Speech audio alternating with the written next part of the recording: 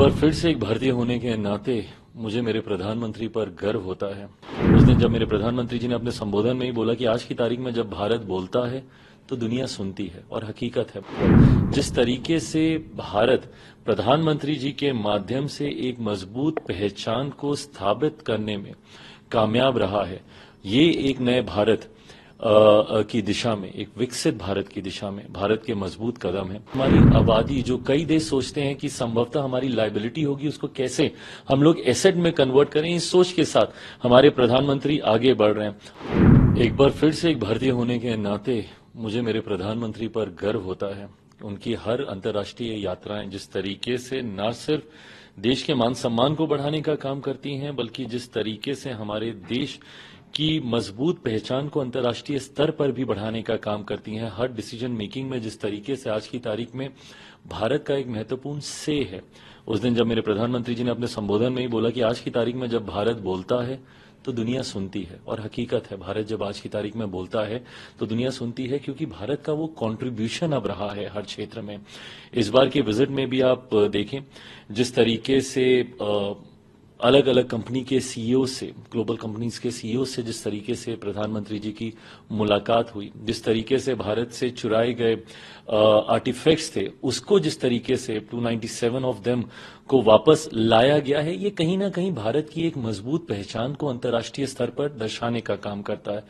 Quad summit के लिए मेरे प्रधानमंत्री जी गए थे। क्वाड 4 देशों का ये समिट है, उसमें जिस तरीके से भारत की एक महत्वपूर्ण योगदान है। अलग अलग विषयों को लेकर चर्चा हुई, सर्वाइकल कैंसर को लेकर हो, आपने टेररिज्म का जिक्र किया, इन तमाम विषयों पर जिस तरीके से भारत प्रधानमंत्री जी के माध्यम से एक मजबूत पहचान को स्थापित करने में कामयाब रहा है, ये एक नए भारत की दिशा में, एक विकसित भारत की दिशा में भारत के मजबूत कदम है। और इसके लिए मैं पुनः मेरे प्रधानमंत्री आदरणीय नरेंद्र मोदी जी का धन्यवाद करता हूं, और उनको एक बार फिर से एक सफल यात्रा के लिए ढेर सारी बधाई, शुभकामनाएं। उन्होंने फिलिस्तीन प्रेसिडेंट से जो मुलाकात की है, गाजा में जो चीजें हो रही हैं, आपको लगता है वो कह भी रहे हैं कि हम सपोर्ट भी देंगे ताकि वहां पर शांति भी मेंटेन रहे?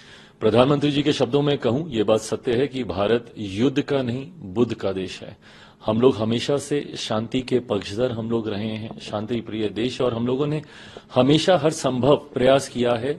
देश के, दुनिया के अलग अलग कोनों में कहीं पे भी अशांति होती है तो किस तरीके से वहां पे शांति स्थापित की जाए, मध्यस्थता हम लोग करने में अगर कहीं पे भी सफल रहे। मुझे लगता है बहुत कम राष्ट्र अध्यक्ष ऐसे होंगे जो दो अलग अलग युद्ध जिन देशों के बीच में चल रहा हो, दोनों के साथ उनके रिश्ते अच्छे रहे हों। जहां एक तरफ हमारे प्रधानमंत्री जी रशिया भी जाते हैं, तो वहीं दूसरी तरफ दोनों देशों के बीच में मध्यस्थता कराने का भी कार्य हमारे प्रधानमंत्री जी करते हैं। तो ऐसे में ये जो मुलाकात उनकी हुई है फलस्तीन के राष्ट्राध्यक्ष के साथ, ये पुनः हमारी सरकार, हमारे देश की उस सोच को दर्शाता है जहां पे हम लोग शांति के माध्यम से, चर्चा के माध्यम से, वार्तालाप के माध्यम से बड़ी से बड़ी समस्या का हल निकालने की संभावना ढूंढने का प्रयास करें। हम लोगों की आबादी आज की तारीख में हमारी ताकत है। हमारे प्रधानमंत्री जी की खूबसूरत सोच है कि उन्होंने आपदा तक को अवसर में बदलने का उन्होंने काम किया। कोरोना के दौरान जब दुनिया भर में पैंडेमिक था,